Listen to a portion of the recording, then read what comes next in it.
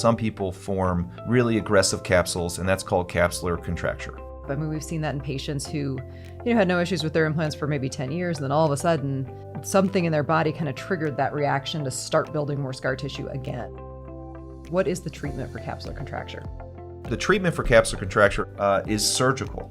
You have to remove the entire capsule, remove the breast implants, and for me, I remove all of the capsule, right? So why would I leave even a portion of something in there that is abnormal? Any augmentation of the breast technically is probably not going to really lift your nipple and areola. If it's pointing toward the floor, it's still going to be kind of pointing toward the floor after you augment.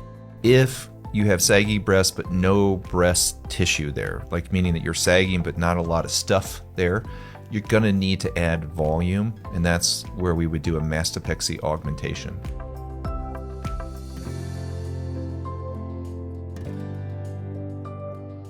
Silicone implants of the 80s were like warm jelly. They were liquidy. And now these are a lot more consistent and not liquidy.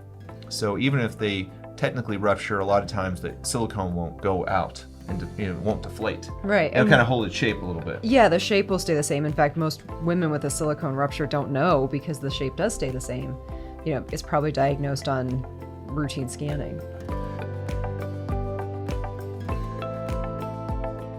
The breast lift puts your breast back up where it should be and really sets the foundation for the shape of your breast. Right, maintains the tissue you have. Maintains the tissue you have.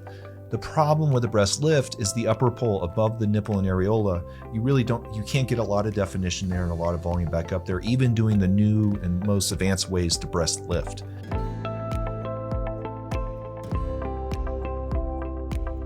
Volume restoration with fat grafting is really important. We got a new device in our office called Beautifill. It's an amazing device. And it's really just geared toward fat grafting. So when we do liposuction, we make small incisions in your skin. We stick in a cannula to inject tumescent fluid, which is lidocaine mixed with saline. Fat grafts, most of it survives, about 60% if you do it correctly. And it's a permanent answer to volume changes and volume loss. So the fat needs to be injected in a really layered micro fashion, very small amounts, so you can ensure that blood supply would get to that in a very complicated manner. In most cases, women who seek breast augmentation, despite what they say about wanting to look natural, they have a very specific look in mind, and that is an extremely full upper pole, the top part of the breast, so above the nipple and areola. I think if you can avoid a breast implant and have the same kind of result, I personally would choose that, and I would recommend that to my patients. So no implant, small incisions. And those heal, you can't even see them. Yep, little incisions. Low complication rate. So fat transfer in general, there are rarely complications from it. That's a good thing. Breasts are going to look and feel natural, and patients are doctors, and doctors are generally satisfied with the results. We would prefer to use your own fat, right?